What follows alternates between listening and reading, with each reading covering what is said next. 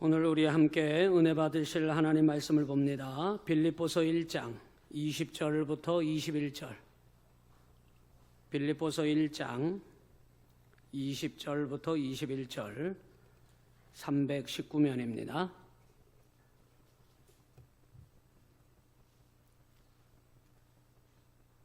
찾으셨으면 아멘. 합독합니다. 나의 간절한 기대와 소망을 따라 아무 일에든지 부끄러워하지 아니하고 지금도 전과 같이 온전히 담대하여 살든지 죽든지 내 몸에서 그리스도가 존귀하게 되게 하려 하나니 이는 내게 사는 것이 그리스도니 죽는 것도 유익함이라. 아멘. 할렐루야. 오늘 성령 강림절 1일 부흥성회에 오신 우리 성도님들을 환영하고 축복합니다. 옆 사람과 인사합니다. 오늘 큰 은혜 받읍시다. 강사 목사님을 소개해 드립니다. 어느 때보다도 기쁨과 즐거움으로 소개할 수 있어서 너무나 감사합니다. 청양지방에서 목회할 때 저에게는 참 너무나 존경스럽고 그리고 본받을 만한 목회를 하시는 그런 목사님이에요. 목사님에게도 늦둥이가 있어요. 저도 늦둥이를 낳았는데 우리 목사님 늦둥이 아들을 제가 사위 삼겠다 그랬거든요. 지금 잘 컸냐 그랬더니 잘 크고 있다 그러더라고. 그래서 얼마나 감사한지요. 우리 김혁인 강사 목사님을 소개해 드립니다. 모건대학교 신학과 및 동대학원을 졸업하셨고 일반 대학원 박사 과정을 지금 공부하고 계십니다. 현재 청양지방에 감리사님으로 계시고 청양 산성교회에 목회하시는 목사님이십니다. 귀하신 목사님을 모셨는데 오늘 목사님을 통해서 여러분에게 주시는 하나님의 말씀이 여러분에게 능력이 되고 은혜가 되고 성령 충만함을 얻는 그런 시간이 될 줄로 믿습니다. 나오셔서 드려진 예물 위해서 기도해 주시고 그리고 말씀 전해 주실 텐데 할렐루야로 격려하시고 환영하시고 축복하는 마음으로 우리 두 손 들어서 할렐루야로 우리 강사 목사님을 맞이하겠습니다. 할렐루야.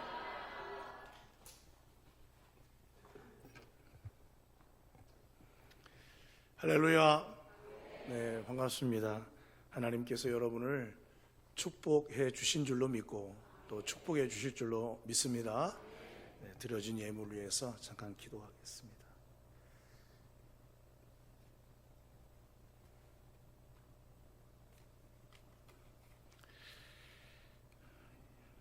양두숙 목사님, 최일인 사모님, 김동순 성도님, 김기숙 권사님, 성령 충만한 성회가 되도록 축복하여 주소서. 박규홍 장로님, 임정화 권사님, 은혜가 충만하게 하소서. 이순숙 권사님, 조미정 성도님, 조병권, 박현옥,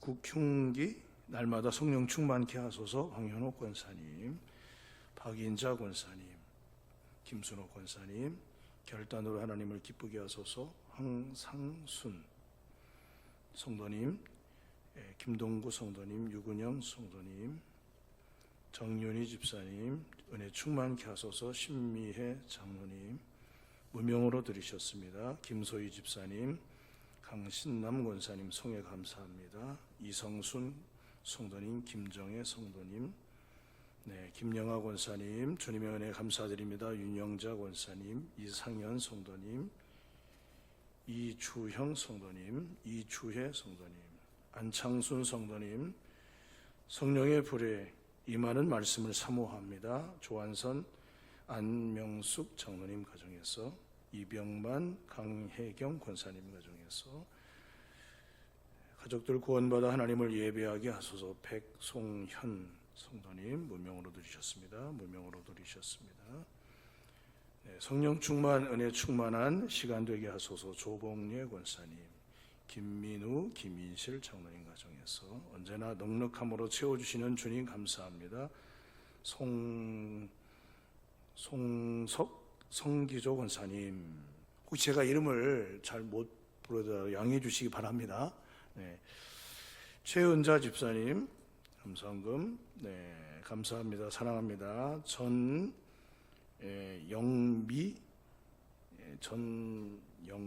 성도님, 박경숙 성도님, 허천재 목사님, 한지영 사모님, 담임 목사님 가정에서 드리셨습니다. 양선희 집사님, 곽창 정금자 성도님, 지현자 성도님,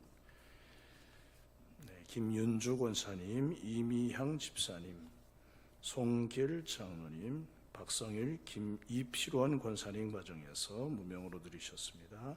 무명으로 드리셨습니다. 성령 충만한 성회 되게 하소서. 안민숙, 신철재 성도님 과정에서 김영자 성도님 무명으로 드리셨습니다. 장원주 권사님 드리셨습니다. 김정숙 권사님 드리셨습니다. 김정래 권사님, 김혁인 목사 드렸습니다. 기도하겠습니다. 살아계신 하나님, 오늘 주님 앞에 귀한 믿음과 정성으로 집회를 하나님 앞에 감사하며 예물로 올려드립니다. 드려진 예물과 그 속에 담긴 믿음과 정성과 소원하는 마음을 하나님이 살펴주시고 기쁘게 흠양하여 주시고 하나님의 은혜와 성령이 충만한 이 밤이 되게 하여 주옵소서. 술 취하지 말라 이는 방탕한 것이니 성령의 충만을 받으라 하셨고 숨을 내쉬며 성령을 받으라 하셨으니 오늘 이 밤 성령의 잔치가 되도록 하나님 함께하여 주옵소서. 드린 모든 예물과 드려진 손길들 그들의 가정과 일터와 자녀와 살아가는 모든 삶의 현장에 하나님이 함께하심으로 말미암아 복을 받게 도와주시고 주님의 영광을 위해 가장 값지고 귀한 생애를 능히 살아갈 수 있도록 축복하여 주옵소서. 아픈 자, 상한 자, 연약한 자를 주님이 친히 치료하여 주사 강건함을 입게 도와주시고 소원함을 가지고 드리는 간절한 간구와 기도에 하늘문을 열어주시고 응답하여 주시옵소서. 우리 주 예수님의 이름으로 축복하고 감사하며 간절히 기도드리옵나이다. 아멘. 저는 오늘 여러분과 함께 필사즉생 필생즉사라는 제목으로 말씀을 나누고자 합니다. 제목만 들어보면 마치 반드시 죽기 살기를 뭘 하자 이런 말씀 같은데 사실 저 말은 이순신 장군이 해전에 전쟁에 나가면서 그 말을 인용해서 사용한 것입니다. 중국에 있는 고사성어를 자기 부하들과 또 전쟁에 임하는 병사들을 위해서 우리가 나라를 위해서 이 한 몸 죽고자 하면 살게 된다. 내가 사는 것이 아니라 내가 죽더라도 나라가 살겠죠. 그런 출사표인 거예요. 전쟁에 나가면서 던진 출사표. 그러니 병사들이 사기를 높이고 나라를 위해서 내 한 목숨 바쳐도 아깝지 않다 해서 앞서가는 이순신 장군을 따라 전쟁에 나가자 하는 그런 출사표입니다. 그런데 저는 오늘 저와 여러분이 어떤 전쟁에 나가는 출사표를 던지는 그런 충신의 고백을 하려는 게 아니라 하나님께서 우리에게 주신 구원과 생명과 또 너무나도 귀한 선물이 우리에게는 이미 많습니다. 하나님이 주신 것이 무엇인지를 잘 깨닫고 알아서 그 하나님의 선한 뜻대로 살고자 한다면 내가 죽어야 돼요. 오늘 파도 바울의 고백이 그거 아닙니까? 그런데 어쩔 수 없어서 죽고 죽기 싫어서 죽고 마지못해서 죽는 게 아니라 사도 바울은 기쁘게 죽을 수 있다고 말을 해요. 아니 도대체 이 사도 바울의 마음속에는 어떤 은혜가 임했길래 죽어도 좋다고 그렇게 고백을 할 수 있을까? 그러므로 말미암아 하나님의 성령의 인도와 능력을 경험하는 말로는 형용할 수 없는 너무나도 충만한 삶을 사도 바울이 살지 않았겠습니까? 우리도 그의 그 믿음을 본받자. 예수님도 그런 말씀을 하셨어요. 나를 따르려거든 자기를 부인하고 자기 십자가를 지고 나를 쫓을 것이니라. 아니 주님을 따르는 길은 복된 길이고 좋은 길이고 생명의 길인데 생명의 길인데 왜 나를 굳이 부인해야 되나? 라고 하는 의구심을 가질 수 있어요. 그런데 여러분도 다 신앙생활을 오래 해보셨겠지만 신앙생활을 하면 할수록 그래요. 나를 죽인다는 게, 나를 내려놓는다는 게 이 보통 큰 싸움이 아니에요. 그 싸움에서 우리가 평생을 해가면서 승리하는 그런 믿음의 삶을 살아야 할 줄로 믿습니다. 주님의 은혜가 내 안에 충만하면 바울처럼 아유 난 죽어도 좋습니다. 이 고백을 넉넉히 할 수 있는 사람은 어떤 삶의 고난과 문제가 닥쳐올지라도 큰 걱정할 것이 없어요. 능히 물이라도 걷고 큰 파도라도 이겨나는 놀라운 역사가 일어나게 될 줄로 믿습니다. 여러분, 하나님께서 여러분을 향해 가지신 원대한 계획이 있습니다. 하나님이 우리를 부르실 때 그냥 불러놓고 알아서 살아라 이렇게 하시는 분이 아니에요. 큰 계획을 가지고 우리를 부르시는 거예요. 예? 부르셔서 우리의 삶을 그때부터, 전부터 인도하시지만 그때부터 본격적으로 천국 가는 그날까지 주님은 포기하지 않으시고 여러분을 이끌어 가시는 줄 믿으시기 바랍니다. 그래서 하나님은 우리를 향한 원대한 계획이 있으세요. 내가 이 땅에서 복받고 잘 살고 자녀들이 형통하고 인생에 문제가 없이 모든 것이 그냥 일사천리로 잘 풀려지는 그런 생애와 삶이 복 있는 생애일 수 있어요. 물론 그렇습니다. 하지만 그렇게 사는 이 세상에서의 삶보다 훨씬 큰 계획이 여러분을 향하여 하나님께 있다는 거예요. 그 첫 번째가 뭐냐? 하나님과 단절된 우리의 관계가 회복이 되는 은혜를 허락해 주시는 줄 믿으시기 바랍니다. 출애굽시킨 이스라엘 백성들을 향해 말씀하신 하나님의 말씀을 우리가 한번 귀 기울일 필요가 있습니다. 출애굽기 6장 6절로 7절에 보면 이런 말씀을 했어요. 그러므로 이스라엘 자손에게 말하기를 나는 여호와라. 내가 애굽 사람의 무거운 짐 밑에서 너희를 빼내며 그들의 노역에서 너희를 건지며 편팔과 여러 큰 심판들로서 너희를 속량하여 너희를 내 백성으로 삼고 나는 너희의 하나님이 되리니 나는 애굽의 사람의 무거운 짐 밑에서 너희를 빼낸 너희 하나님 여호와인 줄 너희가 알지라 라고 말씀했어요. 여기 여러분 잘 보세요. 이 말씀에서 너희라는 말이 얼마나 많이 나오는지 몰라요. 너희를 건지고 너희를 속량하고 너희를 내 백성으로 나는 너희의 하나님. 잘 보시면 하나님의 관심사, 하나님의 관심 대상이 순전히 누구냐? 택한 백성이라는 거예요. 할렐루야. 한번 따라서 해보시죠. 하나님은 나를 향한 관심이 가장 크시다. 할렐루야. 믿으세요.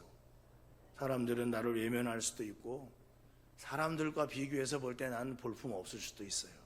그런데 하나님의 눈으로 볼 때 여러분 한 사람 한 사람은 하나님의 오늘 최대의 관심사라는 사실을 잊지 마시기 바랍니다. 할렐루야.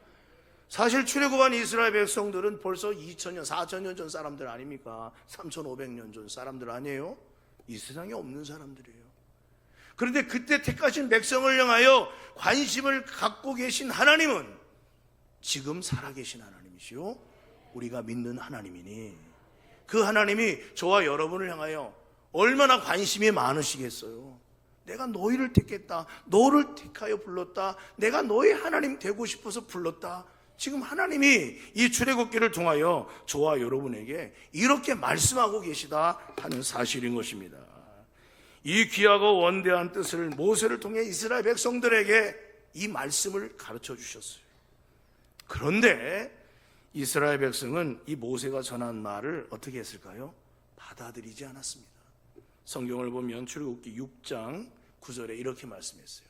모세가 이와 같이 이스라엘 자손에게 전하나 그들이 마음의 상함과 가혹한 노역으로 말미암아 모세의 말을 듣지 아니하였더라 그랬어요. 이걸 쉽게 말하면 무슨 말이겠어요? 삶이 고달프고 힘든 거예요. 애굽에서 노예 생활을 하고 있는 그들의 인생과 삶이 너무나 고달프고 힘들고 절망스럽고 무겁다 보니 하나님께서 너희를 내 백성 삼아서 빼낼 것이다 라고 하는 이 소망의 비전의 말씀을 이스라엘 사람들이 받아들이지 못하고 살고 있다 이겁니다. 오늘날 많은 성도들이 예수님을 믿고 하나님을 의지하고 신앙생활을 하지만 현실 속에서 만나는 많은 삶의 장벽과 어려움 앞에 마음이 이렇게 저렇게 무너진다 이 말이에요.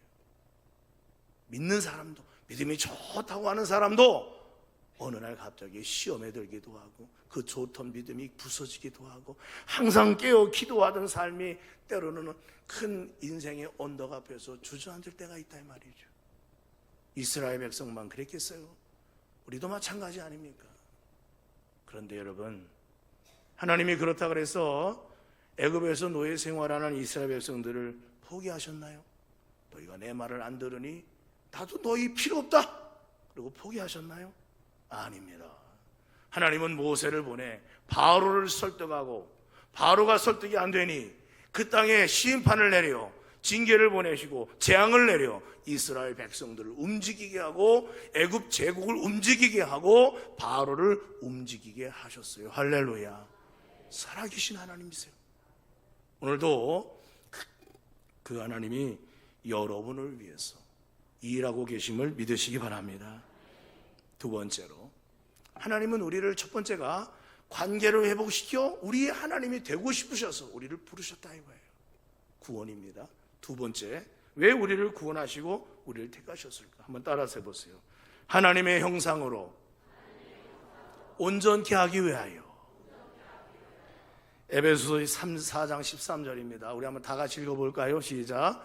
우리가 다 하나님의 아들을 믿는 것과 아는 일에 하나가 되어 온전한 사람을 이루 그리스도의 장성한 분량이 충만한 데까지 이르리니 이는 우리가 이제부터 어린아이가 되지 아니하며 사람의 속임수와 간사한 유혹에 빠져 온갖 교훈의 풍조에 밀려 요동하지 않게 하려 함이라. 오직 사랑 안에서 참된 것을 하여 범사에 그에게까지 자랄지라. 그는 머리니 곧 그리스도라. 할렐루야. 하나님이 우리를 부르신 이유가 뭘까? 그래요. 우리를 주님의 자녀로 삼으신 정도가 아니라 세상에서 이렇게 저렇게 잘못 형성된 우리 내적 자아, 내 모습, 죄된 성품, 죄된 행실, 죄된 습관, 죄된 옛생활에서 벗어나 하나님의 자녀로서 예수 그리스도처럼 온전한 모습으로 살아갈 수 있도록 하시기 위하여 오늘도 하나님은 변함없이 일하고 계시다는 사실을 믿으시기 바랍니다. 여기 잘 보세요. 믿는 것과 아는 일에 하나가 된다 그랬어요. 내가 믿는 것, 내가 아는 것, 그대로 살아가는 삶, 이게 하나 되는 삶인 거예요. 내가 믿습니다. 입으로는 고백해도 실제로 삶을 들여다보면 아이고 믿지 않은 사람과 다를 바 없이 살아가는 사람들도 많이 있어요. 이 갭을 줄여나가는 거예요. 예수님의 형상을 닮아가는 삶과 아직도 세상에서 버리지 못한 내 모습에 이 갭을 줄여나가는 것이 우리 남은 인생의 과제요, 사명입니다. 교회를 열심히 하는 것도 중요하지만 나 혼자 열심히 하는 것도 중요하죠. 그러나 다른 사람과 더불어서 같이 열심히 하는 것은 나 혼자 열심히 하는 것보다 더 하나님의 형상에 가까운 것입니다. 다른 사람이 앞서 나갈 때 괜히 시기하고 질투하고 그 사람 뒤에서 그냥 욕이 나오고 이런 것보다는 앞서가는 사람을 뒤에서 밀어주고 격려해주고 기도해주고 이게 주님의 형상을 더 닮아가는 모습이라 이거예요. 여기 그리고 뭐라고 그랬습니까? 어린아이가 되지 않는다 그랬어요. 아이들은 그냥 짜증나면 짜증을 내고 화가 나면 화를 내고 싫으면 싫어 그러지만 성숙한 사람은 싫은 마음이 들어도 그거를 가눌 수가 있어요. 조절해 갈 수가 있어요. 이렇게 되면 가정에서나 직장에서나 교회에서나 어디에서나 하나님의 사람으로 쓰임받기에 아주 적합한 사람이 되는 것입니다. 그래서 나중에는 빈틈이 없는 아름답고 귀한 인물로 잘 세워진 후에 우리가 주님 앞에 갔을 때 주님이 그런 우리의 모습을 보시고 얼마나 기뻐하시겠어요? 그렇죠? 여러분 그런 모습 되고 싶으시죠? 저에게는 자녀들이 좀 많습니다. 많다고 해서 10명까지는 안 돼요. 그렇다고 5명이냐? 아유, 5명도 안 돼요. 4밖에 안 됩니다. 저는 부목사 때 딸 셋이 있었어요. 그래서 넷 나면은 나는 담임 목사로 어디 가기는 어려워. 그러니까 셋으로만 족하게 여기자 그랬어요. 그런데 저희 아버님이 무려 5대 독자세요. 5대 독자. 손이 귀한 집안이에요. 근데 이제 저 때 와서 저하고 제 여동생하고 저보다 5살 어린 남동생이 있으니까, 형제가 있으니 아버님이 얼마나 좋아하겠어요. 그런데 2012년도에 제 남동생이 뇌출혈로 갑자기 뇌사에 빠져서 먼저 33살에 세상을 떠났습니다. 그러고 나니까 제가 갑자기 독자가 된 거예요. 그래서 어떡합니까? 물론 남동생이 낳은 아들이 하나 있긴 해요. 근데 아버님은 장남이 아들을 하나 낳았으면 말은 안 하시지만 얼굴에 그게 쓰여 있더라고요. 저는 못 읽었어요. 근데 그걸 누가 읽었느냐? 제가 부목사로 있었던 임마누엘교회 김국도 목사님이 그런 마음을 전화 통화하다가 느끼셨는지 저한테는 얘기 안 하시고 제 아내한테 부목사 사모들이 모인 중에 김혁인 목사 사모 아들 하나 낳아 그렇게 얘기를 하시는 거예요. 저희 아내는 아이고 목사님 안 돼요. 딸이 셋이라 안 돼요. 셋도 힘들어요. 아버님이 원하시는 것 같은데 하나 낳지 그래. 거기 아버님 5대 독자시라며. 근데 그날 밤 아내가 꿈을 꿨어요. 어떤 꿈을 꿨느냐? 마트에 갔더니 김국도 목사님이 거기 계시는데 이렇게 숯을 사시려고 하시는데 이제 아내한테 물으시는 거죠. 숯 좀 사러 왔다고. 그 목사님 이쪽에 있습니다. 그런데 갑자기 방향을 지시하는데 저희 아내를 보고 걱정하지 마. 아들이야. 이렇게 얘기를 하시더라는 거예요. 그래서 아침에 일어나가지고 그 꿈 얘기를 하더라고요. 저는 그걸 어떻게 받아들였겠습니까? 개꿈으로 받아들였겠어요? 하나님의 비전이라고 받아들였겠습니까? 하나님의 비전이라고 받아들였습니다. 그리고 저는 내심 속으로 태중에 아기가 생긴다면 태명은 무조건 이삭이다 지었어요. 그리고 놀랍게도 3년 후에 부목사를 이제 나오고 나서 3년 후에 어느 날 갑자기 아기가 생겼어요. 그것도 집도 절도 없이 동생 집에 얹혀 살 때 어떻게 생겼어요. 그래서 저는 그때 하나님이 주셨어. 이건 아들이다. 그 꿈은 그냥 꿈이 아니라 하나님이 주시는 사인이라고 생각을 했어요. 아내는 걱정을 많이 했습니다. 그러다 기도하다가 낳기로 하고, 물론 낳아야죠. 당연히 낳아야죠. 근데 어려운 환경 속에 있다 보니까 걱정을 많이 했어요. 결국 낳습니다. 뭐를 낳겠어요? 그렇죠. 아들을 낳습니다. 그래서 얼마 전에 김국도 목사님 돌아가셨는데 문상을 가서 큰절을 하면서 감사 인사를 드렸어요. 그 교인들도 제가 나온 다음에 아들을 낳았다는 소식을 그 김정구 목사님, 아들 목사님 통해서 전 교인에게 전파되어서 수많은 축하의 문자를 받지 않았겠습니까? 근데 그 아들이 이제 초등학교 5학년이 되었어요. 물론 떡 줄 사람은 생각도 안 하는데 김치국을 마시는 우리 허천재 목사님이 계시지만은 저도 우리 허천재 목사님 너무 좋아합니다. 한 지방에서 같이 형제처럼 잘 지냈고, 우리 허천재 목사님 여기서도 그러 계시지만은 청양에 있을 때도 참 열정적으로 하셨어요. 열심히 교회 주님을 위해서 일하시고 사역하시고. 그래서 제가 아주 그냥 본받을 귀한 목사님이다. 그래서 이 교회 가신다 하길래 제가 아주 박수로 잘하실 거라고 하면서 이렇게 응원을 했어요. 오늘 이렇게 귀한 자리 초청해 주셔서 좀 인사가 늦었지만 감사의 말씀을 드립니다. 또 우리 성도님들 뵈니까 반갑고 감사하네요. 할렐루야. 저도 충청도 사람이요. 여기 당진의 고향이요, 당진이.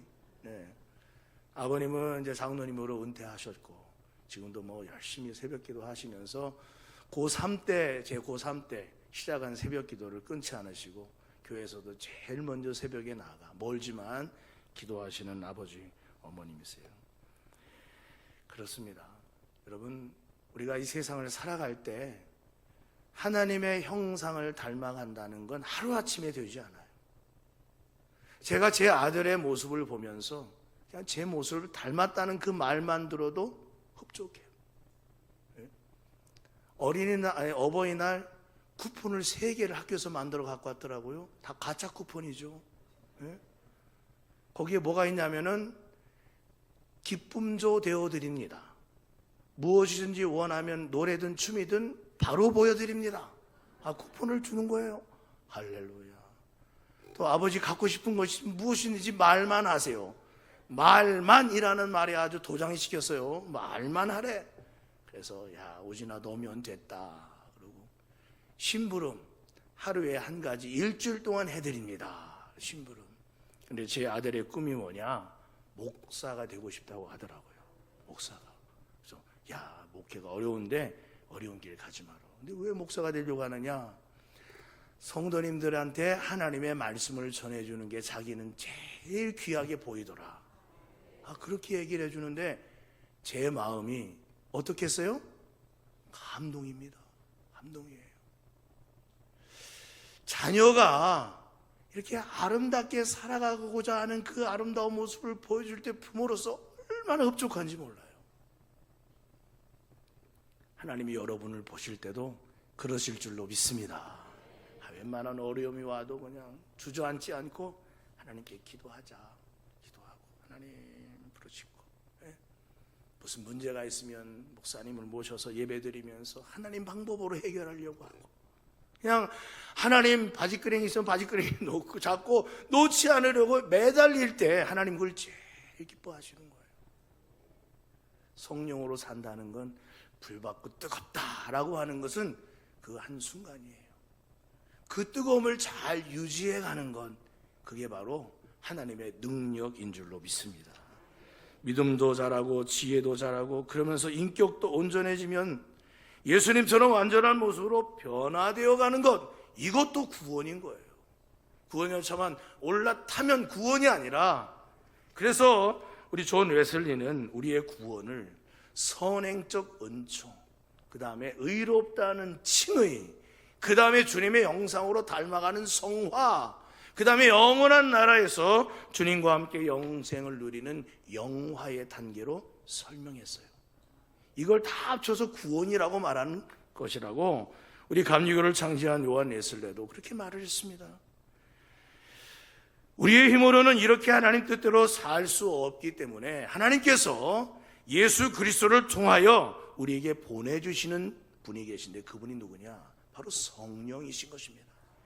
그래서 성령이 오셔서 성경 요한복음에 보면 진리를 깨닫게 하시고 바른 길을 잘 걸어가도록 눈과 마음을 유지시켜 주시고 우리의 알지 못하는 길도 성령을 통하여 인도해 주시는 그러한 거룩한 영이신 거예요. 그러니까 순전히 우리가 예수님을 믿고 천국과 영원히 하나님과 살 때까지 이 세상의 고달픈 상황 속에서 우리를 도우라고, 우리를 붙들어 주라고, 우리와 동행하며 놓지 않은, 고아와 같이 버려두지 않고 우리를 영원한 나라까지 인도해 가기 위하여 하나님이 보내시는 또 다른 보혜사, 안내자요, 보호자요, 위로자요, 그분이 성령이신 거예요. 그러니 우리가 그 좋으신 성령을 근심하게 하고 불순종하여 자꾸 우리의 마음에서 그 영감이 소멸되게 하는 어리석은 자가 되지 말고 열심히 기도하고 내 안에 하나님의 마음으로 충만한 그런 은혜와 감동의 삶을 살아가는 저와 여러분, 우리 온양 시온교회 성도님들 다 되시기를 주의 이름으로 간절히 축복합니다.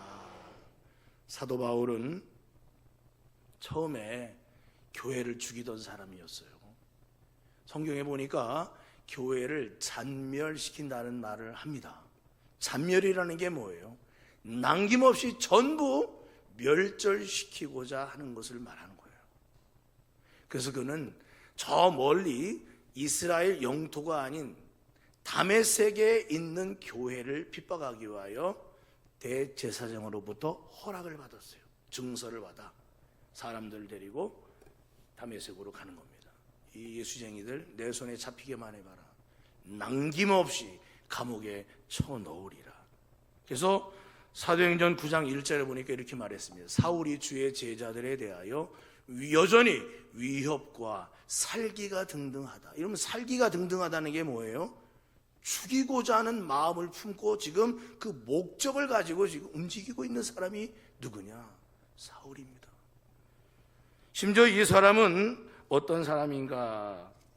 그는 스데반 집사가 사도행전 7장에 보면은 성령이 충만하여 복음을 전할 때 사람들을 동원하여 스데반 집사를 붙들어 성 밖으로 내치고 거기서 덩치 좋은 힘 좋은 사람들을 동원하여 돌로 쳐 죽일 때 그 힘 좋은 사람들이 자신들의 겉옷을 벗어 누구의 발 앞에 두었느냐? 바로 이 사도 바울 사울 앞에다가 갖다 두었어요. 그러니 그 모든 일을 주동하고 있는 사람이 누구인지 대번에 알 수 있는 거예요. 이게 청년 사울이 하던 일이었습니다. 사람이 산다는 것은 나름의 가치를 따라서 사는 거예요. 장풀 사르트르라고 하는 철학자는 실존이 본질에 앞선다라는 어려운 말을 했어요. 이게 무슨 말이냐? 인간은 먼저 존재하고 나중에 스스로 정의하며 자신의 선택으로 가치를 만들어가는 존재라는 거예요. 그러니까 무슨 일을 할 때 자기가 거기다 갖다 붙이는 목적이 있다 이 말이죠. 그러니까 사람은 어떤 목적을 가지고 움직이지 않고 뭔가를 하면서 거기에 의미 부여를 하는데 사람이 살아가면서 자기 나름대로의 가치를 갖지 않고 행하는 일은 없다는 거예요. 다 나름대로 나는 이게 좋아? 그건 무슨 이유가 있는 거죠. 나는 수요일 날 예배를 하나님께 가야 되는데 다른 어떤 것도 다 중요하지만 나는 수요 예배를 꼭 주중 예배를 난 지켜야 되겠다. 그런 결단을 가지고 이 시간은 직장에서 바쁜 일이든 아니면 다른 어떤 분주한 일이든 친구 만나는 일이든 이 시간은 안 돼. 이건 하나님의 시간이야 라고 의미를 부여하는 순간 수요 저녁 예배를 지키게 돼요. 그런데 반대로 뭐 주일날도 가고 주일날 오후에도 가고 금요 기도에도 가는데 또 주중에는 속회로도 또 모이는데 세일로도 모이는데 수요일 예배는 바쁘면 못 나갈 수도 있지라고 생각을 가지고 다른 것을 우선순위하는 순간부터는 수요 예배는 가도 되고 안 가도 되고 바쁘면 빠져도 되고 아니면은 뭐 못 갈 수도 있는 거지 나 다른 신앙생활 열심히 하면 되지 이렇게 생각하는 순간 소홀하게 되는 거예요. 그러니까 우리가 행하는 모든 일에는 자기의 나름의 가치를 부여하면서 그 목적을 따라 움직이게 된다는 것입니다. 그러니까 사도 바울은 그렇게 말을 했습니다. 갈라디아 1장 13절 이하에 내가 이전에 유대교에 있을 때 행한 일을 너희가 들었거니와 하나님의 교회를 심히 핍박하여 멸하고 내가 내 동족 중 여러 영갑자보다 유대교를 지나치게 믿어 내 조상의 전통에 대하여 더욱 열심히 있었다 그랬어요. 그러니까 목적이 뭐냐? 유대교를 지키는 것이다. 무엇으로부터? 저 기독교인들로부터. 우리 유대교를 위협하고 우리 신앙의 전통을 위협하는 저 무리들은 다 이단이다 라고 그가 의미를 부여하는 순간 교회는 다 무너뜨려야 될 존재로 보게 되었다는 것입니다.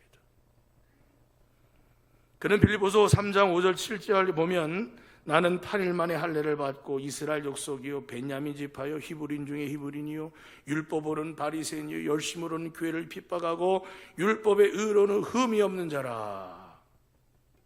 자기 자신이 얼마나 철저한 유대인이며 바리새인이었는지를 고백하고 있어요. 그런데 여러분 잘 보세요.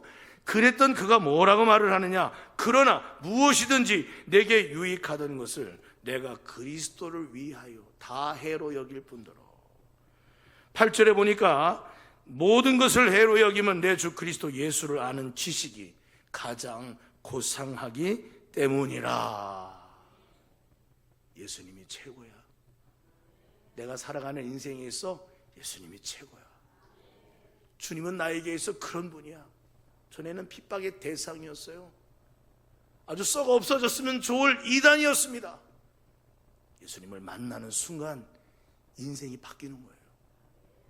예수님을 진정으로 만난 사람 중에 인생이 바뀌지 않은 사람은 세상에 없어요.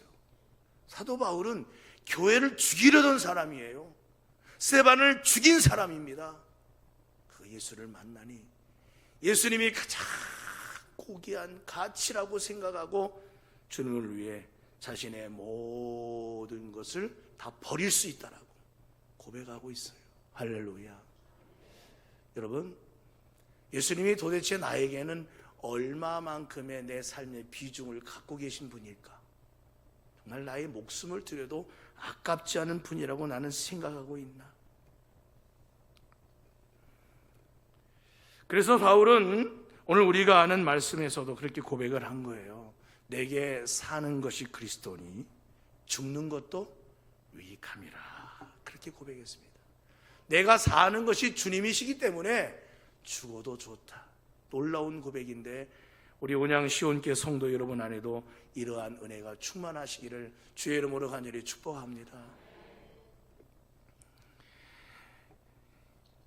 그가 필사즉생 필생즉사, 내가 살고자 하면 죽는 것이고 내가 죽으면 예수님이 내 안에 사니 나는 기쁘다라고 말하는 이 고백이 자기가 살려고 발버둥 쳤지만 그것은 죽는 길이었고 그러나 예수님 안에서 내가 죽으니 그것은 진정 살게 되는 길이었다라는 고백을 지금 이렇게 하고 있는 것입니다.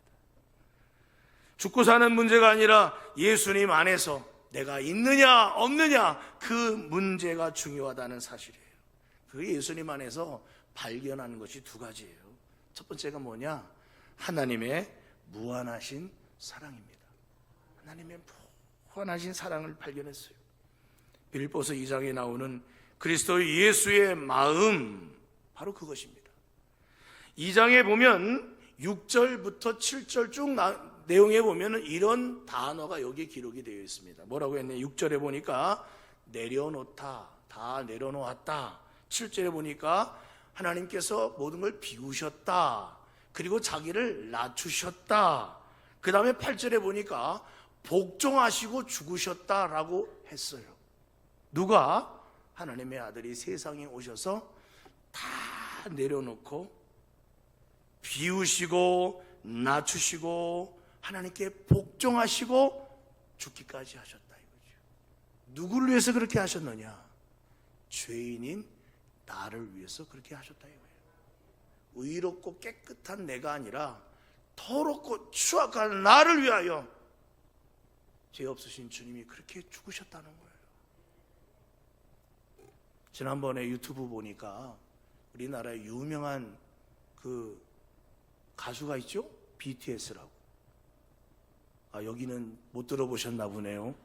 우리 청양 시골도 다 들었는데 BTS라고. 제가 거기 아는 사람은 한 사람도 없습니다. 근데 BTS가 멕시코에 원래는 계획이 없었는데 대통령이 우리나라 이재명 대통령한테 요구를 한 거예요. 이거 BTS 좀 우리나라에 와서 공연 좀 해달라고 해달라. 아니 대통령이 대통령한테 요구해서 한낱 가수를 초빙을 했다니까요. 왜냐? 그 나라 청소년들이 BTS를 너무나 좋아하는 거예요. 그래서 초청을 어떻게 하게 됐어요. 그래서 BTS가 가서 거기 나라가 여자 대통령이시더만요. 대통령을 만나고 그러는데 그 대통령 궁 앞에 큰 광장이 있는데 거기에 어마어마한 구름대 같은 사람들이 몰려서 거기서 막 BTS를 기다리는. 왜? 대통령 궁 그 바깥에 창문으로 한 번만 얼굴을 보여달라고. 아니 BTS가 이 멕시코 청소년들을 위해 죽었습니까? 아니면은 멕시코 청소년들을 위해 무슨 돈을 풀었습니까? 아니면 뭐 한 일이라고는 열심히 노래하고 춤췄더니 불러가서 그런 사랑을 받는 거예요. BTS가 창문으로 탁 양복을 차려입고 나오니까 막 거기에 몰려든 소년 팬들이 막 눈물을 흘리면서 막 와 하고 막 소리치고 난리가 났어요. 그 함성 소리가 얼마나 큰지. 그 대통령궁이 생긴 이래 그런 적이 없었다고 해요. 여러분, 하나님은 오늘 말씀해 보니까 자기를 내려놓으셨고 자기를 비우셨고 하늘 높은 가장 높은 보좌에 앉으신 그분이 자기를 낮추시고 이 땅에 오셔서 복종하시고 죽기까지 하셨대요.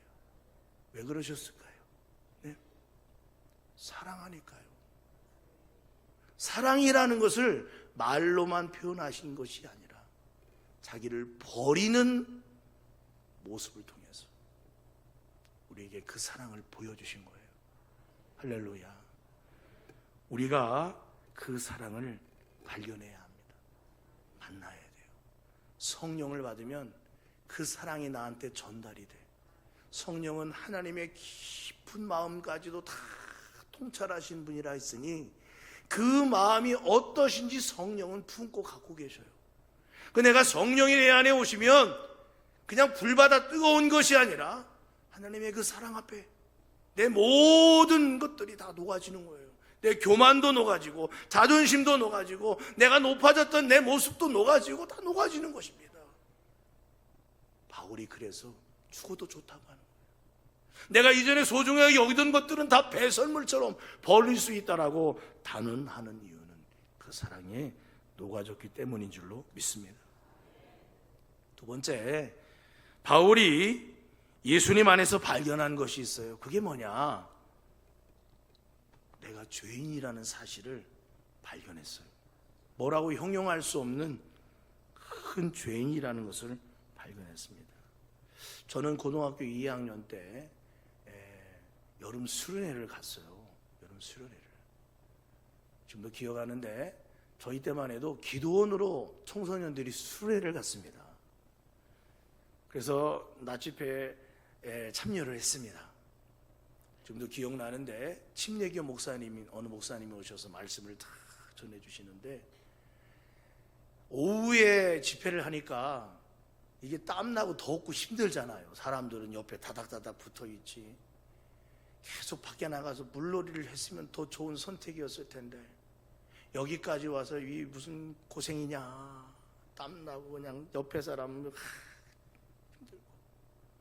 근데 그 목사님이 굉장히 카리스마 넘치는 목사님이신데 말씀을 열심히 전하시고 이제 기도하자 그러면서 무릎을 다 꿇으라고 하는데 그 더운데 또 무릎까지 꿇으려니까 미치겠는 거예요. 여러분 무릎을 늘 꿇던 사람은 무릎 꿇는 게 좋아. 그렇죠? 근데 무릎 안 꿇던 사람이 무릎 꿇으면 어떻게 되겠어요? 몸이 마비되는 것입니다. 계속 이러고 있어야 되는 거예요. 아니 무릎을 꿇으라는데 아예 안 꿇고 있었어요. 힘드니까. 근데 다 무릎을 꿇으라고 하더라고요. 그래서 무릎을 꿇었습니다. 두 손을 들래요. 아니 두 손을 무릎팍에다 대야 좀 버틸 수 있는데 이걸 들려고 하면 내 무릎은 과연 어떻게 되는 것이겠어요? 밑을 노르시죠. 땀은 나지, 옆에 사람 열기는 나오지, 물은 생각이 나지. 두 손 들고 무릎 꿇고 이렇게 기도하는데 막 미치겠는 거예요. 근데 그 목사님이 그러시더라고요. 오늘 이 자리에 하나님이 여러분에게 찾아오시거라. 그 하나님을 만나고 싶은 사람은 간절히 무릎 아픈 거 생각하지 말고 기도하라는 거예요. 그래, 이 더운 날 여기까지 왔는데 하나님도 못 만나고 하면 내게 무슨 손해냐. 그래서 있는 힘을 다해 간절히 몇 번을 부르짖는데 갑자기 마음이 막 뜨거워지면서 뭐가 생각이 나느냐. 아마 그런 은혜를 경험해 보신 분들은 다 아시겠지만 내가 지은 과거의 죄들이 주마등처럼 스쳐가는 거예요. 그러면서 막 되는 기도가 뭐냐? 다 회개인 것입니다. 하나님 잘못했어요. 이만저만에 잘못했어요. 생각나는 것마다 다 회개하는 것이죠. 그런데 저만 그런 줄 알았더니 바울이 그랬더라고요. 예수님을 만나고 발견한 것은 자신의 죄됨이었어요. 죄됨이었습니다. 그가 그렇게 회개하는 거예요. 그리고 내가 그렇게 소중하게 여기던 바리새인 중에 바리새인, 히브리인 중에 히브리인, 율법으로는 가말리엘 선생님한테 전수받은 율법학자로는 최고, 당대의 청년들 중에는 최고, 이런 모든 명예, 권세, 능력, 그런 로마의 시민권도 가진 대단한 사람이었습니다만 다 배설물처럼 생각이 되더라고요. 여러분, 우리가 하나님 앞에서 죄인이라고 하는 사실을 깨닫는 순간 내 자랑할 것은 다 온데간데 없어지게 되어 있어요. 죄인은 내가 무슨 자랑을 할 수 있겠습니까? 근데 그런 마음이 올 때 뭐가 같이 오느냐? 평안이 와요. 이거는 세상의 행복과는 비교할 수 없는 그런 평안인데 이 평안이 얼마나 좋은지 제가 그 안에서 기도를 3시간을 했더라고요. 나중에 눈 떠보니까 저만 남고 아무도 없어. 그래서 나왔는데 세상이 다르게 보이는 것 같았어요. 나뭇잎들도 다르게 보이고 새소리도 다르게 들리고 마치 천국에 온 것 같은 은혜였습니다. 저는 그것을 두고두고 잊을 수가 없어요. 주님과의 처음 만남이었던 거예요. 성경에 보면 첫사랑이라는 게 있잖아요. 그래서 어려울 때마다 나를 찾아와 주셨던 그 주님을 생각하는 거예요. 고등학교 때 가방을 메고 집으로 먼저 가지 않고 자취방으로 가지 않고 교회로 먼저 가서 12시부터 1시까지 기도하는 거예요. 밤 12시부터 1시까지. 고3 시절을 그렇게 보냈어요. 그런데 그 새벽 시간 12시에서 1시 아무도 없는 그 마룻바닥인 교회 지하 예배실이 저에게는 하나님과의 거룩한 교제의 장소가 되었더랬어요. 그러니 그 시간이 얼마나 좋은지 가방도 무겁지 않고 그 시간이 기다려지는 거예요. 가서 하나님께 기도하고 하루에 있었던 일을 다 아뢰고 주님이 주시는 은혜와 평강이 마음속에 막 이렇게 들어오는 것 같고,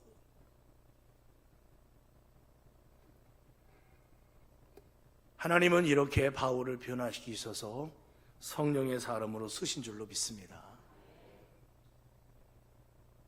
그런데 바울이 예수님을 처음 믿고 바로 그런 변화를 경험했느냐? 아닌 것 같아요. 바울이 처음 예수님을 믿고 나중에 자기 고향인 길리기아 다소에 가서 살았어요. 그곳에서 나름 사역을 했겠죠.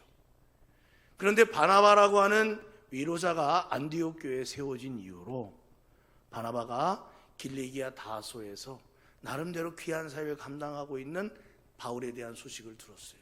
근데 주님의 제자들은 아무도 그런 바울을 데려다가 쓰려고 하지 않았어. 왜냐? 예전에 하던 모습이 있잖아요. 교회를 죽이려고 했고, 스데반 집사, 은혜로운 그 집사님을 순교하는 일에 앞장섰던 사람, 어이구 절대. 그런데 바나바는 그를 데려왔어요. 그래서 안디옥에서 같이 사역을 했어요. 그게 예수님 믿은 지 9년 정도가 지났을 때였습니다. 그러니까 처음 변화되고 바로 쓰임받은 게 아니라 바울도 자기의 고민과 자기가 그동안 가지고 있던 신앙 체계가 있었겠죠. 그것을 바꾸는 시간이 어느 정도 필요했고, 성령께서 그를 떠나지 않고 그를 이방인의 사도로 세우실 때까지 만드셔서 결국 바나바의 인도를 받고 1차 전도여행, 2차 전도여행, 3차 전도여행을 하면서 유럽에까지 복음을 전하지 않았겠습니까? 저는 사도 바울의 일정을 볼 때 1차 전도 여행 때 바나바의 고향이었던 구브로에 가서 사역을 하고 배를 타고 버가라는 해양 도시로 갔어요. 근데 그 버가에 오래 머물지 않고 비시디아 안디옥이라고 하는 곳까지 바로 올라갑니다.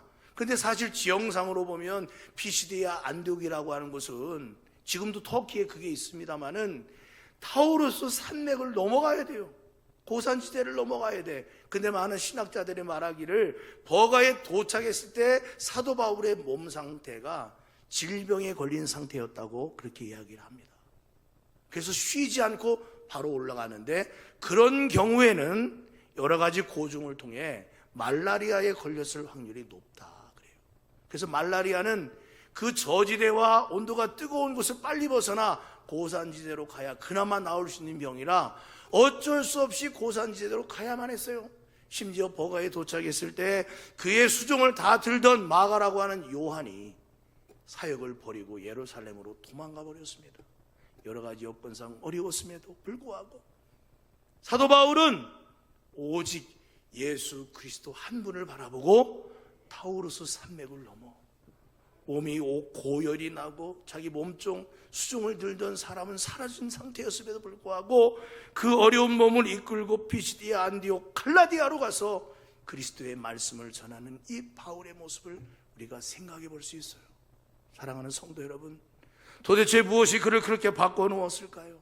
도대체 어떤 마음이 그를 그렇게 하나님의 일꾼으로 새롭게 만들었을까요? 하나님이 하시는 일인 줄로 믿습니다. 저는 오늘 한 가지만 더 말씀드리고 말씀을 마치려고 해요. 저는 개인적으로 성경에서 나오는 인물 중에 야곱을 좋아해요. 야곱. 우리와 똑같잖아요. 저랑 똑같은 것 같아요. 근데 야곱이 태어날 때 형 발꿈치를 잡고 태어났어요. 그래서 이 야곱이 발꿈치를 잡고 태어났다 그래서 발꿈치라는 그런 이름을 가진 야곱이라고 이름을 지었는데, 알고 보면 이 야곱이라는 이름 속에는 사기꾼, 속이는 자, 간사한 자라고 하는 좋지 않은 그런 이름이었습니다. 그가 언제나 형의 장자권, 내가 형이 되지 못하고 먼저 나지 못한 그 서름을 가지고 형의 장자권의 욕심을 내다 결국 그가 선택한 방법은 뭐였느냐? 속이는 거였어요. 형을 속이고 아버지를 속이고 속여서라도 내 것으로 만들자, 이게 야곱이었습니다. 그런데 놀라운 것은 하나님이 리브가의 뱃속에 쌍태가 임신했을 때 하나님이 리브가에게 말씀해 주셨어요. 큰 자가 작은 자를 섬기리라. 그것은 야곱, 즉 늦게 태어나는 동생을 내가 택했다라는 말씀과 다를 바 없었어요. 아니 하나님, 아니 왜 태어날 때 키도 크고 멋지게 생기고 남자다운 에서를 택하지 않고 털도 없고 욕심 많고 속이기 잘하는 간사한 왜 야곱을 택하셨을까? 저는 이것에 대한 의문이 생겼다가 나를 생각하면서 깨달았어요. 하나님이 너 같은 사람도 택했는데 하나님의 택하심을 내가 뭐라고 말할 수 있느냐, 이런 생각이 들더라고요. 가만히 생각해 보면 우리 모두가 다 처음부터 선하고 처음부터 깨끗하고 처음부터 완벽한 자 없는 줄로 믿습니다. 그래서 은혜인 거예요. 그렇게 야곱이 분노한 형의 칼을 피해 바단 아람으로 도망가 20년을 살다가 고향으로 돌아오려고 합니다. 그런데 20년이 지났음에도 형 에서가 자신을 향하여 품었던 그 원한이 아직도 여전한지 궁금했던 차에 사람을 보냈습니다. 형님, 제가 고향으로 돌아가려고 하는데 저를 좀 맞아줄 수 있습니까? 그랬더니 형이 400명을 거느리고 야곱을 쫓아오는 거예요. 그때 야곱이 그 소식을 듣고, 형이 나에게 이렇게 400명을 거느리고 오는 것은 나를 죽이려고 오는 것이로구나. 형의 분이 아직도 풀리지 않았구나. 이것은 야곱에게 인생의 가장 큰 문제였습니다. 과거의 잘못이잖아요. 형을 속였으니까. 창세기 32장 7절에 보니까 야곱이 심히 두렵고 답답하다 그랬어요. 그 문제, 형만 생각하면 너무나 마음이 두렵고 그냥 답답하고 앞이 꽉 막힌 것 같은 거였어요. 그런데 여러분, 야곱만 그랬던 게 아닌 것 같아요. 사도행전 9장 8절로 9절에 보면은 사울이 땅에서 일어나, 이때는 다메섹으로 가다가 환한 빛 가운데 예수님을 만나고 눈이 먼 상태였던 거예요. 그때 이렇게 말합니다. 아무것도 보지 못하고 사람의 손에 끌려 다메섹으로 돌아가서 사흘 동안 보지 못하고 먹지도 마시지도 아니하니라. 마시지도 못했다가 아니라 먹거나 마시지 않았다고 말을 하고 있습니다. 그러니까 바울이 이때 만난 주님이 기쁘고 좋았던 게 아니라 엄청난 혼란이 그에게 닥쳐왔던 것이에요. 먹지도 못하고 잘 수도 없는 거예요. 이제까지 내가 살아온 날 모든 삶의 체계가 통째로 흔들리는 거죠. 여러분, 신앙생활 하다 보면 그런 경우가 있어요. 이제까지 내가 이렇게 했는데 이게 뭘까? 후회도 아니고 뭔가 회의가 들기도 하고. 바울이 그랬어요. 자, 다시 야곱으로 돌아가서 일생일대의 혼란과 두려움의 밤을 지내던 야곱이었어요. 그리고 사울이었습니다. 여러분, 존 웨슬리 신학에서 이런 걸 뭐라고 하느냐 하면은 선행적 은총이라고 해요. 아직 주님을 만난 단계는 아니지만 뭔가 이건 뭐지? 뭔가 하고 깨달으면서 방향이 살짝 세상으로 가던 방향에서 하나님께로 살짝 틀어지는 순간이 있다 이 말이죠. 저는 이것을 하나님께서 우리의 구원을 위해 다가오시는 첫 번째 걸음이라고 표현하고 싶어요. 하나님이 다가오실 때가 있다 이 말이죠. 여기 계신 모든 분들이 다 하나님이 다가오셨기 때문에 주님을 만나게 된 줄로 믿습니다. 그런데 그런 경우가 언제 그러느냐? 좋을 때가 아니에요. 인생의 막다른 골목에 들어섰을 때, 뭔가 좌절하고 실망이 찾아올 때, 마음이 우울할 때, 그런데 그 자리에서 나를 기다리시는 분은 그 누구도 아닌 하나님이세요. 그 자리에서 나를 기다리신다는 거죠. 다윗이 그런 고백을 했습니다. 내가 사망의 음침한 골짜기를 다닐지라도 해를 두려워하지 않는 것은 주께서 나와 함께 하심이라. 주님이 그 막다른 골목에서 기다리시는 것이죠. 사울에게도 그랬고 오늘 야곱에게도 그럽니다. 이제 조금 이따 그 말씀 드리겠습니다. 자, 인생의 막다른 골목에 다가온 다달은 야곱이었어요. 뒤로 갈 수 없어요. 왜? 삼촌 라반하고 계약을 맺었어. 서로의 땅에 침략하지 않도록. 들어오면 죽여도 괜찮다. 그러니 뒤로 갈 수는 없는 거예요. 왜? 삼촌 라반의 세력은 자기 세력보다 훨씬 큰 거예요. 앞으로 갈 수도 없었어요. 왜? 형이 400명을 데리고 온다니. 큰일 났구나. 그래서 꾀를 내어서 이렇게 저렇게 때를 나누어 여기를 치면 여기는 살자. 종 한 그룹, 가족 한 그룹 해가지고 살 길을 마련해 놓고 먼저 다 피신시키고 난 다음 창세기 32장 24절에 보니까 야곱이 홀로 남았더래요. 혼자. 무엇 때문에 혼자 남았는지는 알 수 없지만 어쨌거나 홀로 남았더니 그랬습니다. 그러다 갑자기 천사가 와서 야곱과 씨름을 시작했더랬어요. 이걸 어떻게 알 수 있느냐? 호세아서 12장 14절 말씀에 보니까 호세아 선지자가 그렇게 말했습니다. 천사와 겨루어 이기고 울며 그에게 간구하였다 그랬습니다. 왜 하필 이때 와서 왜 하필 씨름이라는 걸 했을까?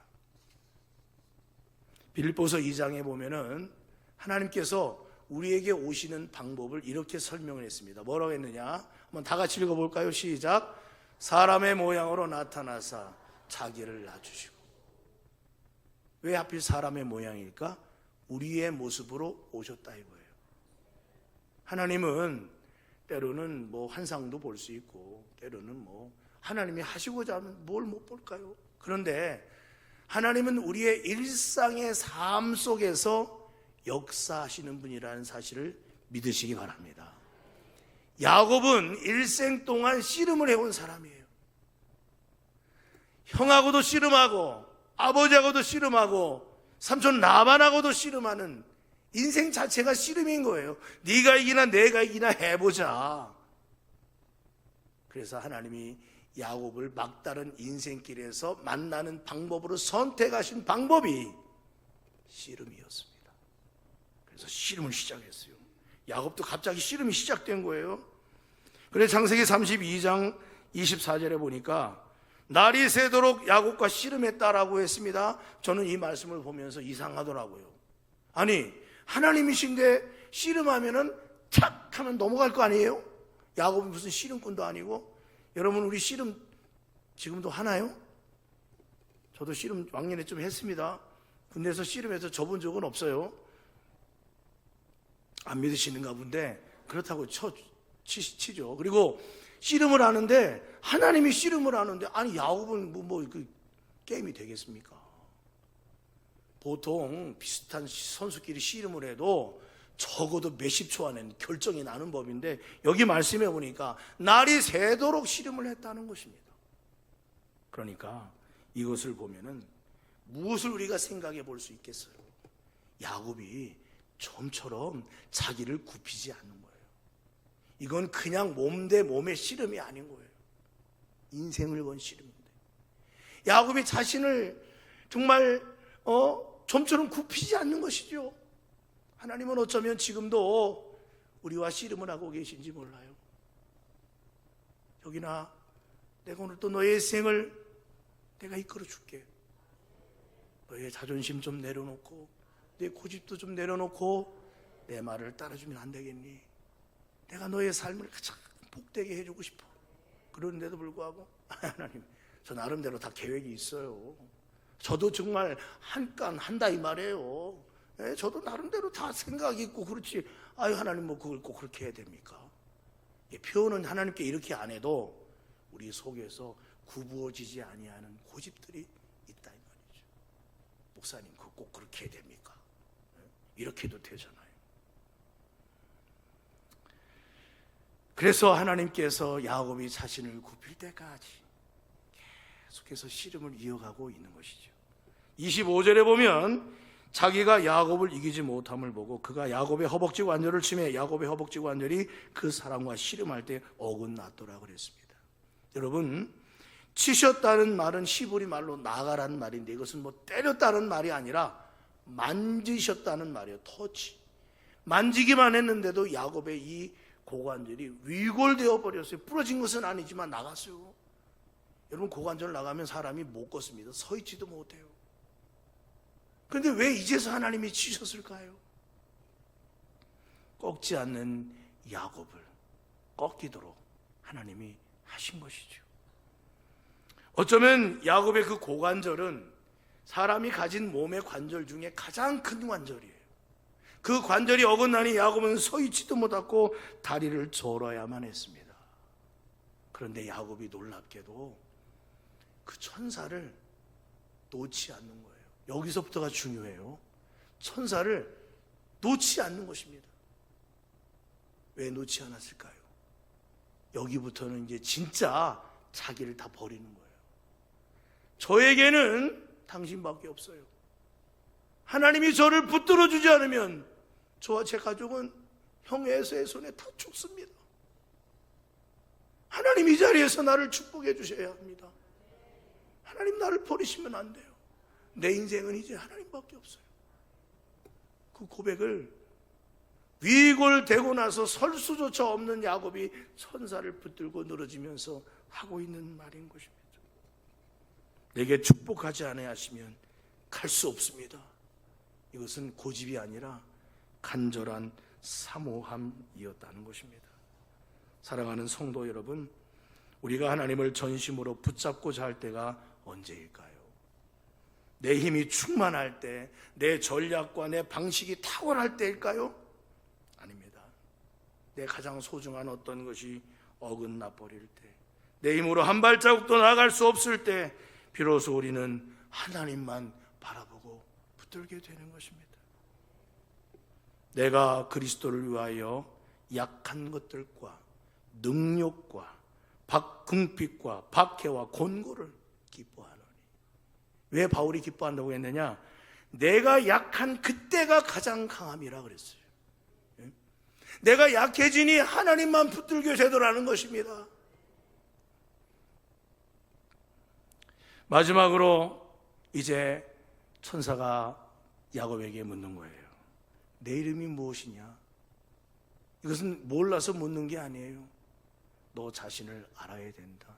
너는 누구냐 도대체? 라고 말할 때 야곱입니다 라고 대답을 합니다. 이 야곱이라는 속자, 간사한 자, 속이는 자, 욕심 많은 자.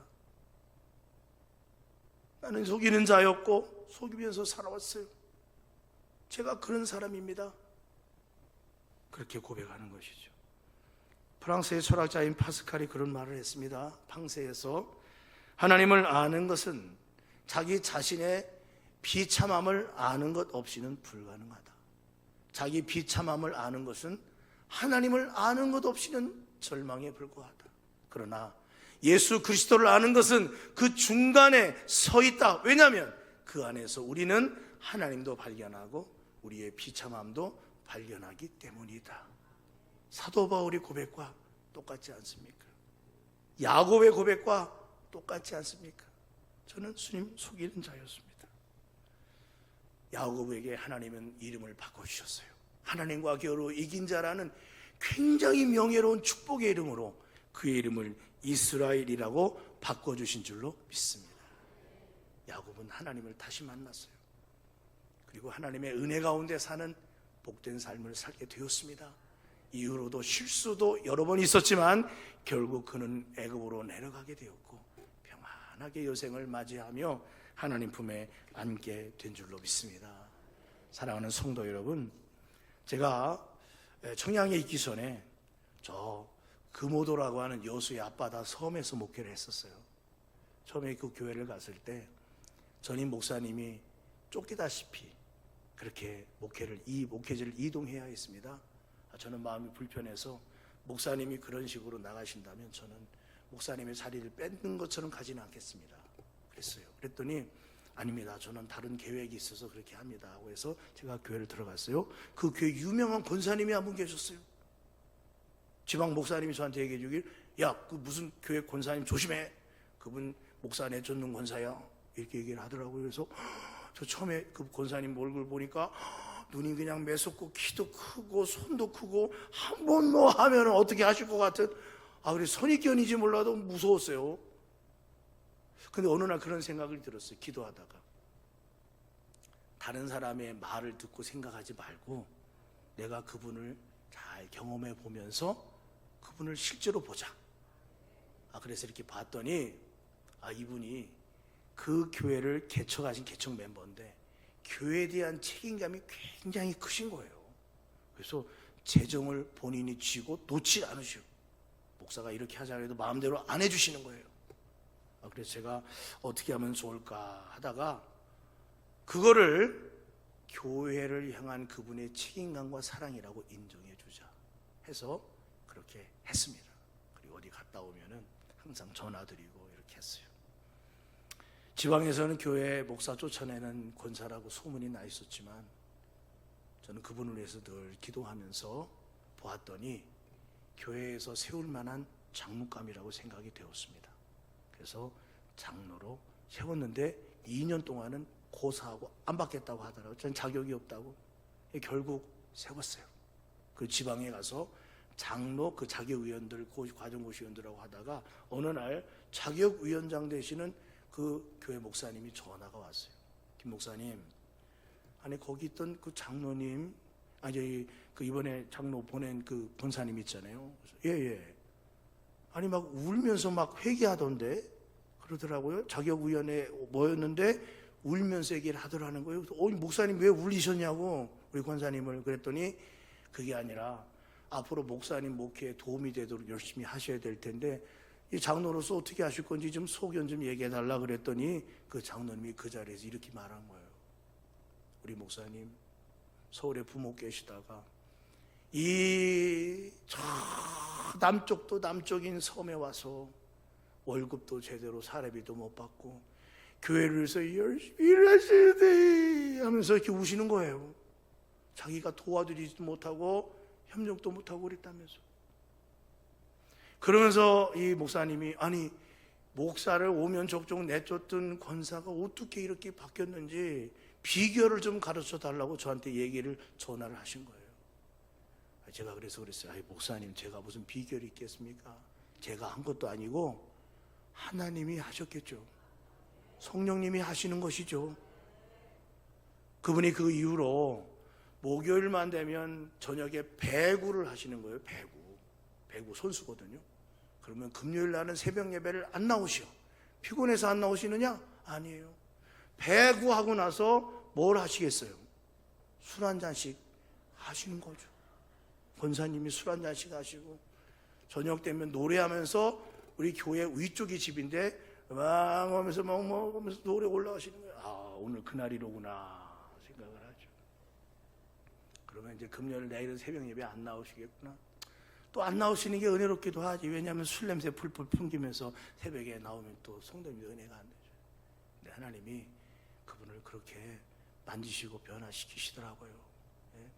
사랑하는 성도 여러분, 성령님은 여러분에게 오신 이상 떠나지 않아요. 할렐루야. 하나님의 약속이에요. 우리 안에 계시죠. 그런데 성령님이 위축이 되실 수 있어요. 네가 나를 거부하거나 불순종할수록 자꾸 위축이 되셔서 뭘 마음대로 하실 수가 없어. 그런데 주시는 말씀과 강단에서 가르쳐 주시는 가르침을 따라서 주님 뜻대로 살려고 할 때 성령이 기뻐하시면 힘도 주시고 위로를 주시고 능력을 주시고 부흥의 역사도 허락해 주실 줄로 믿습니다. 성령님은 크신 분이에요. 여러분을 어디까지 천국까지 데려가시고 약속하신 분이에요. 그러므로 성령과 함께하는 삶은 예수님과 함께하는 삶이요, 예수님과 함께하는 삶은 성령과 함께하는 삶인 줄로 믿습니다. 오늘도 야곱을 어루만지셔서 하나님의 사람이 되게 하고 그 악한 사울을 변화시켜 바울이 되게 하신 그 하나님의 역사가 오늘도 우리 모두와 함께하는 줄로 믿으니 우리의 연약함에도 불구하고 주님을 사랑하고 나를 내려놓고 주님의 선한 뜻을 품고 나아가는 복된 우리 성도님들 다 되시기를 주의 이름으로 축원합니다.